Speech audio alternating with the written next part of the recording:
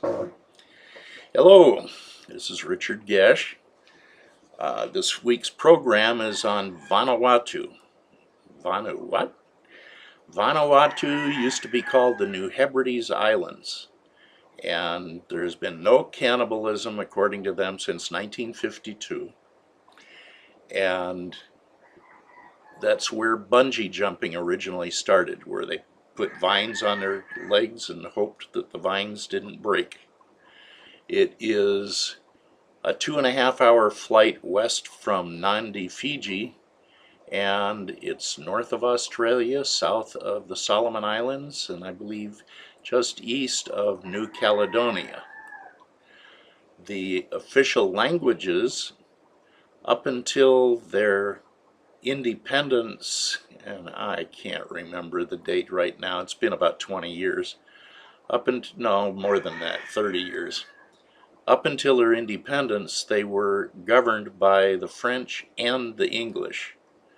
So at the Rotary meeting I attended, people spoke fluent English and fluent French. Nobody was speaking the other official language, which is Bislama, which is like a pidgin English. One of my favorite things that I remembered was, "Thank you too much." Thank you too much. Charming language. At the meeting, though, there was fluent French, fluent English, and I would say fluent Aussie and fluent Kiwi.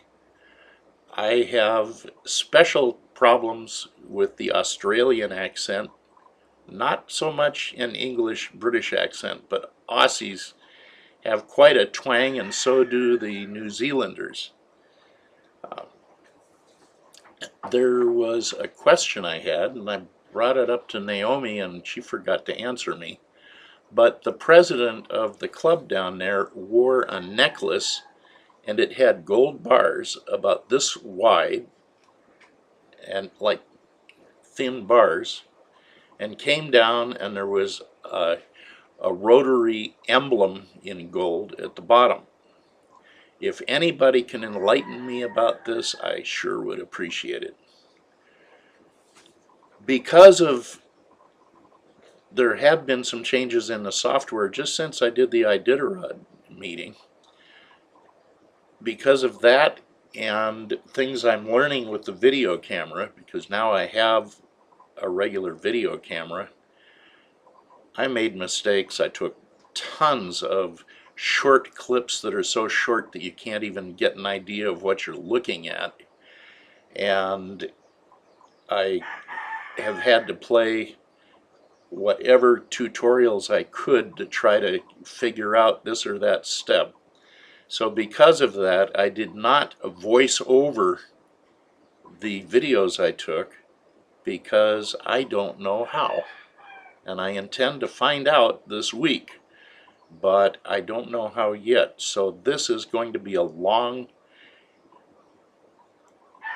introduction to our meeting. In the thought section, I'm showing from a car Hideaway Island, which is off Port Vila, and that's where I stayed for the week. And I believe you had a picture of that with a bunch of very big fish in one of the previous meetings that Naomi got. And then we'll go down into Port Vila and get a little idea of what the capital city looks like looking at the water. Port Vila is a favorite place for jet setters to bring their yachts. It's a very pretty place. And those yachts, some of them are ready for the scrap pile. The other major damage that I saw were trees that were down everywhere but don't make really great photography. There were people out with chainsaws everywhere. There was a tree that went down on Hideaway Island, and I would guess that the circumference had to be about 20 feet. Very big tree, and needless to say, on the island of Efate, there is no shortage of firewood. So, under the thought for the day, look at this place. It's really beautiful. About a month before that, everything was brown and leaves were off the trees. I saw banyan trees just sprouting like they were deciduous and the new foliage is coming out. Very quick to recuperate from the storm, but Hideaway Island is a popular place for some tourists to come, and they can pay something to take a boat over and use the dining facilities, and they have boats that take people out scuba diving or snorkeling. They have a glass bottom boat, so they can make money from that. And they do have some rooms on the island, but fortunately, in my opinion, only about 10 rooms, so it's not overcrowded. Once it's about 4 o'clock, the tourists are back on the main island and we got the place to ourselves. Is this what's best for Vanuatu? Actually, Port Vila is the hub of activity compared to most of Vanuatu, but most of the people live in villages, and the chief rules with an iron fist in the village. And as a matter of fact, I have a project, or I'm trying to raise money to help in one of the villages, and I have a list of supplies and things that we need, but there's no labor figure because the chief just orders someone who's a carpenter or a plumber to go and do it because it's for the village, and that's the way they do a lot of their things.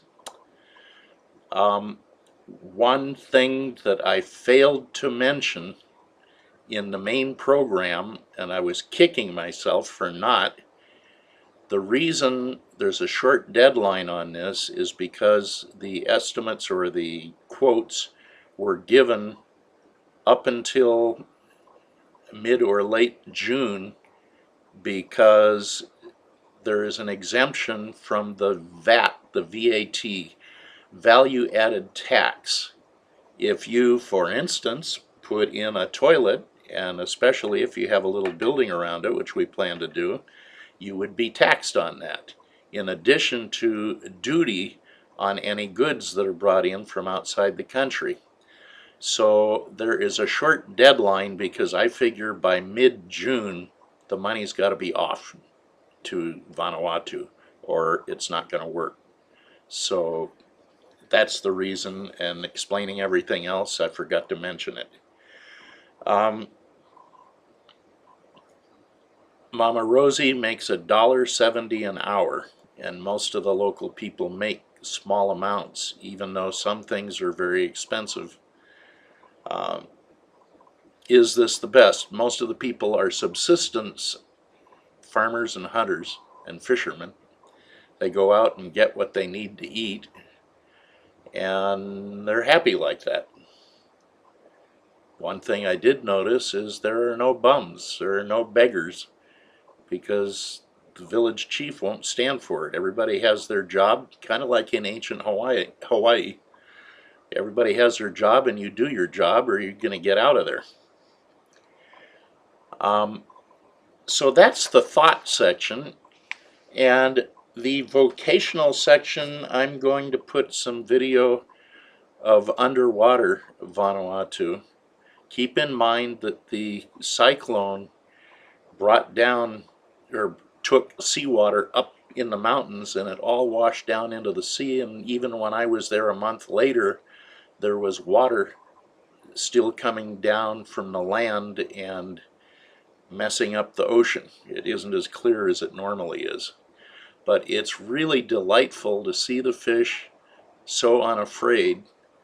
I had a little camera for underwater, and it has a little screen on the back, and I'd hold it as close as I could to get a picture, and there was a striped fish. You'll probably see it if you see a multicolored face and stripes, different colors. He kept coming up and putting his nose right on the screen on my camera. Made me think of the Little Mermaid. That fish followed me all around and was anxious to see what I was taking pictures of. There's something that will not be obvious, perhaps. There is a giant clam, oh, about this big, and there's blue. The blue is the clam itself coming out from the edge of the clam. I thought I touched it and it closed and I had it on camera. Apparently I did it without the camera. Dumb. So I hope you enjoy this meeting. This has been a very long introduction, but the thought and the vocational and, as a matter of fact, the sergeant at arms are going to be pretty darn quick. So I hope you enjoy.